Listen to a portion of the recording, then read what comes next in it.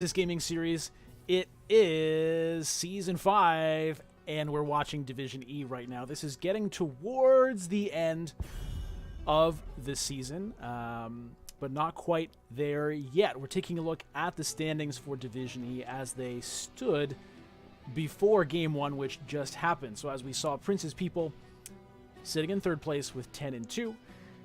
Backbone VC down in 11th place with 6-6. Now, the results of Game 1, as you can see, Backbone VC actually took the Prince's People down on Volskaya Foundry, which was the map selected by Prince's People. So now in Game number 2, we're going to the map which actually was chosen by Backbone VC. So Backbone right now has a chance to, has a pretty decent chance, I would say, to actually get a domination victory here. Now, as the bans and picks are going on, I want to get this standings graphic out of the way and bring something else here for you to take a look at. So, I'm interested in where the names of teams come from, and when I asked Backbone VC before the match to kind of give me a bit of insight, I got this really interesting message from Simulationist, the team captain. And rather than me trying to paraphrase it, I'll just show it to you and maybe read it to you. And I assume he wouldn't mind. So let's do this. Just got to do a bit of clicking around here as I find it. Where are we? Here we go. All right. So, VC from Backbone VC obviously stands for Virtuous Core. And I think there's some interesting stuff here. The crusade calls. Concept of Virtuous Core. Therefore, to keep in the spirit, the so-called reawakening of Backbone Gaming, the first new team to be branded, is not only ideally representing the theme of the community. And we've got plus strength, loyalty, integrity, respect for each individual, accountability always, relentless improvement, truth, plus, what are those brackets called? Curly brackets. Love. Anyway, so you can see the rest of that for yourself. But as you can see, the short form down at the bottom by Simulationist is Backbone is a gaming community which practices efficient tactics, mature gameplay, and community-based growth. This provides each member with only one label: Elite. There you go. Very cool, I think. Thank you, Simulationist, for sending that to me and giving everybody a little taste of what that team is all about. Prince's People, on the other hand, when asked about the title of that team, Namtor kind of said it has a few different meanings. One is that Kale Thos is one of his favorite champions, that person being a prince. The rest of the team plays around the Kale Thos, therefore the team is the Prince's People. And the other one being that he said they tend to refer to him as Joffrey, so I'm not sure what those team meetings are like, but I'm probably glad that I don't have a window into them. Picks and bans flying around here for Tomb of the Spider Queen. Greymane, Blaze Leeming, banned by Prince's People. Asmodan, Nazeebo, and Dahaka banned by Backbone VC. So interesting reactions there. Obviously, Greymane was really tearing through Prince's People with a lot of help from Li Ming setting up the damage for those kills. So both of those picks taken off the board. Nazeebo and Dahaka, both heroes that were played by the Prince's People there. The Dahaka ban is kind of interesting, as a lot of what makes that hero good is the global movement, and Spider Queen is a map that's a bit smaller than others, where that kind of thing is not quite as valuable, but still, I mean, Dahaka's great for clearing out those spiders. And just like that, I mentioned the Kale Thos, so this is going to be fun. Namtor, before the match, told me Kale Thos, that's his hero, and that's where the team name even comes from. So this should be a pick that this team is used to playing around, and I'm excited to see how that's going to work out against the Kel'Thuzad composition on the other team. Whitemane being picked up there. We see the Lunara swapping teams. Was played by Namtar last game, going to be played by Brintone in this game. We'll see how that hero can be used for Backbone. Tomb of the Spider Queen coming up for you in just a moment.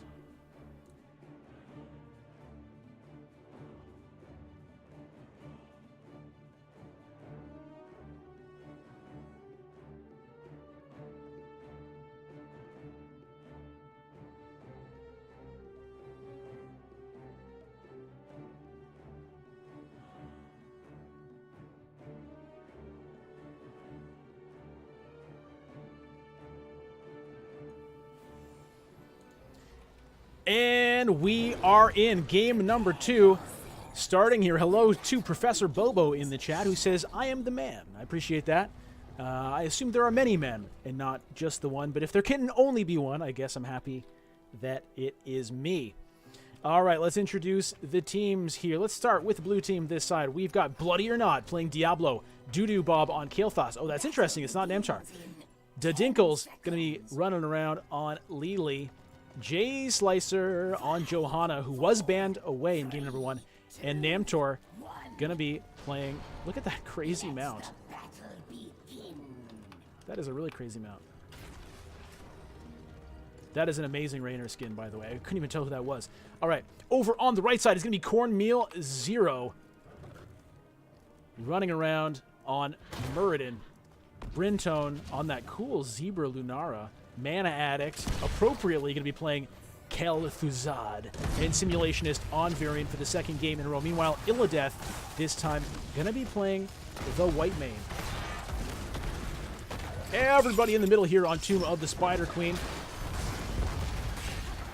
Decent disruption happening there. Decent damage being put into Backbone VC.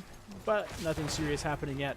Kael'thas deciding to go for the Mana Addict talent. So we've got a player called Mana Addict on one team and a talent called Mana Addict on the other side. We'll see how those things balance or cancel each other out. Namtor keeping an eye on things up in the top lane as Brintone kills off the last of those minions and collects some gems. Jay Slicer gets a nice double pull there, as well as a blind, but nothing really going to be following up there. Simulationist once again being that solo presence in the bottom lane.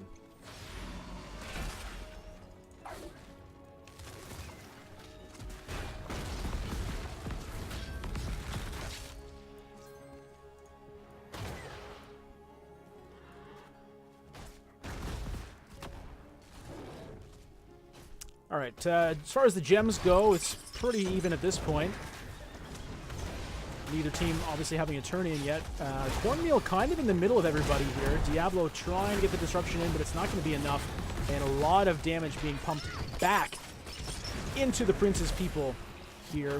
But still, nobody dropping just yet. We can see the gems are fairly concentrated on Bloody or Not right now. Meanwhile, spread a little bit more evenly over on the side of Backbone VC, Virtuous Core.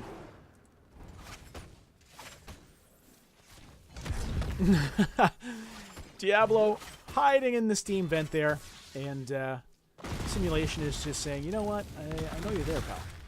Take this sword wind to the face. Fairly sleepy start to this game. A little bit of skirmishing here and there. Nobody going down just yet.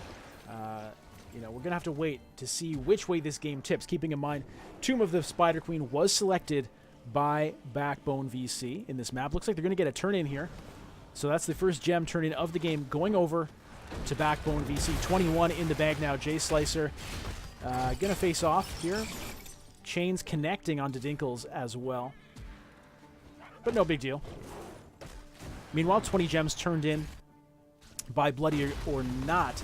So the Diablo now having turned those back in. A little bit of skirmishing back and forth with Simulationist. No big deal. Jay Slicer going to try to get 10 gems turned in while nobody is watching. And it looks like that is going to go through. So currently 30-30 on the turn-ins.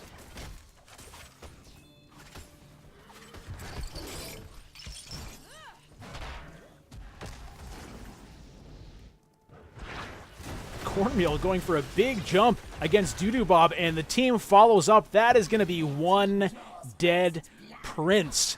Mana Addict getting the kill there. Mage on mage action. All right. It is blue team, though, with the advantage as far as gem turn-ins go. 1 kill in the game, not going to matter too much, particularly since Kael'thas wasn't crazy enough to go for... what's the name of that talent? I can't believe it. It's one of my favorite talent in the whole game. Anyway, you know the one I mean. The one that stacks up and you lose your stacks on death. Anyway, 39 turn-ins for Backbone VC, 46 turn-ins for the Prince's people. Nice chains landing there. Didinkel's taking a bit of damage. Namtor now coming in from the bottom. Diablo smishes Brimstone back in. Body blocking the escape here. Can Brimstone die? No, the heal's just coming in from Whitemane. That poor team.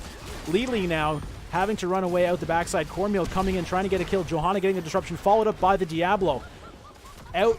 Muradin goes up in the top lane. Look at that root, followed up into the damage, and Raynor is going to drop.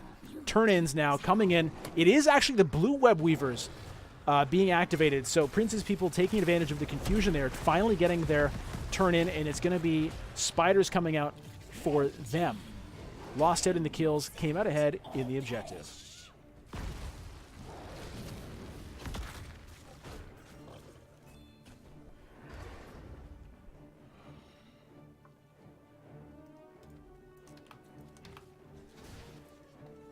All right, so what are the web weavers going to do? We've got obviously one mid, one top, one bottom. Everybody focused up in the top lane here. Backbone VC going to clear that out pretty quickly, and then I guess rotate down. Varian obviously not going to be able to do a whole lot of damage to this bottom one, but, you know, put some damage into it, but it does look like at least some of these buildings are going to fall. Mid lane, we got the gate dropped by the web weaver, but it looks like none of the towers will go down. And in the bottom lane, it's going to be pretty much that whole front wall taken away. Not a big deal, but it is a nice thing to get. A little bit of XP, a little bit of pressure.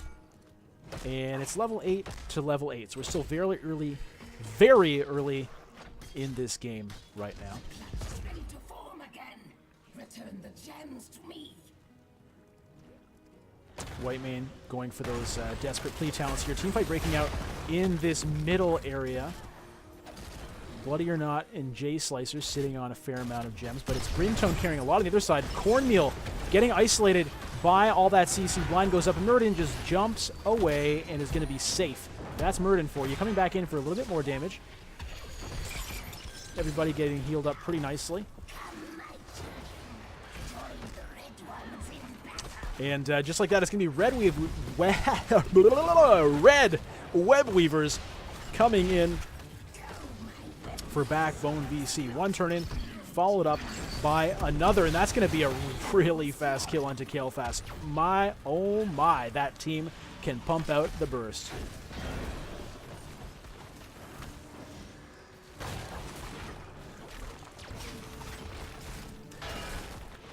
Red web weavers doing a lot of work up in the top lane, supported by the team. We'll see if they decide to go in for the fort just now. Everybody sticking around. Meanwhile, down in the bottom lane, we've got Simulationists and Bloody or Not just kind of doing their thing. Diablo not really able to do a whole lot. Raynor getting killed up in the top lane, so that's going to be a really good push here. Web weavers still at half health. Cornmeal getting low. Whitemane activating some serious action there as level 10 is picked up for Backbone VC. Lili now dying as well. This is turning. This is really turning in the favor of Backbone VC here, as they still have web weavers pushing in the middle, although not for long, and not in the bottom lane anymore. But that's a lot of work done by that web weaver phase.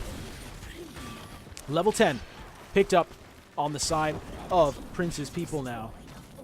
Taking a look at those heroic abilities, Whitemane with Divine Reckoning, Avatar for Muradin, Thornwood Vine for Lunara, Shadow Fisher for Kel'Thuzad, and we can see another turn-in happening already. Varian still hasn't actually picked one. Raynor with the Raider. Johanna with Blessed Shield. Diablo not selected. Kael'thas not selected. And Lili, Jug of 1,000 Cups. Diablo does go with the Lightning Breath. Kael'thas, I guess, waiting to see if he, you know, somebody's low enough for him to be, you know, wanting to get that Pyroblast, I guess. Web Weaver summoned yet again, so both teams, I would say, not great at defending against the turn-ins, as it's just been turn in, turn in, turn in here. Look at that double root. Oh my goodness, the DPS pulled out. Mana Addict coming up huge again in game number 2. Doo-Doo Bob now. Very low in the Kael'thas. Drops Cornmeal. I'm guessing he's going to get out of there. No problem. Chains coming out again. Followed up again. Johanna drops. Bloody or Not. About to lose 33 gems. And Backbone VC is really coming out ahead here in this series. Playing really well with the substitute players. And just working really well as a team. The tank players knowing exactly how much they can take before they need to get away and doing a great job getting away. As we see once again, the CC into the damage combos just coming out fast and furious from Backbone VC here as they push in, taking out a keep before 10 minutes and a Web Weaver going right into the middle of the base. This is, this game is getting a little bit out of control here. Level 16 almost picked up already. And the hurt being put down is just quite unbelievable.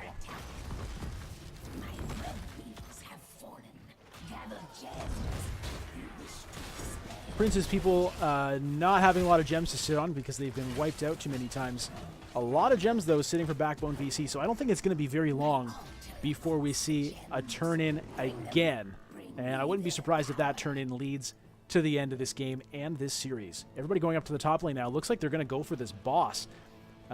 But Prince's people are on to them here. They know what's happening. 3 of them are here. 2 of them coming up, but it looks like they're just going to say, you know what, we can't do anything about it. It's happening, and we just have to accept it. That is going to be a boss for Backbone VC. Still not enough gems for a turn-in, but obviously this, they may not even need one at this point. Keep already dead in the bottom lane. Keep already dead in the top lane. Keep almost dead in the mid lane.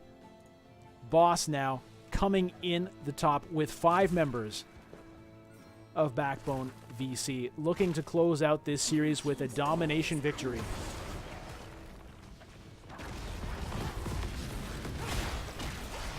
Cornmeal going in, gets blinded.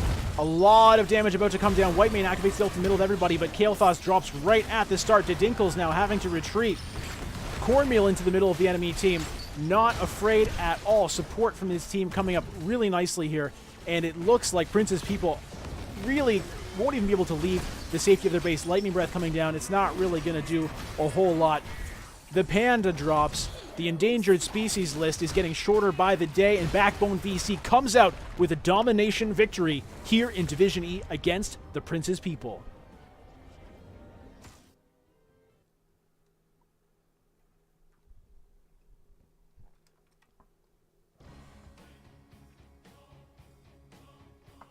All right, everybody. Taking a look at the stats screen before we turn things off here. Get your screenshots. Take a look if you want to.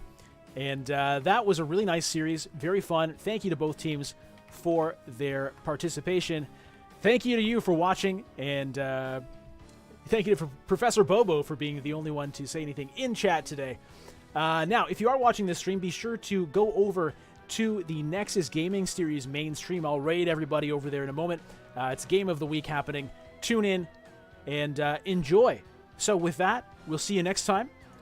Catch me on Bludgeon TV on the Nexus Gaming Series all week long.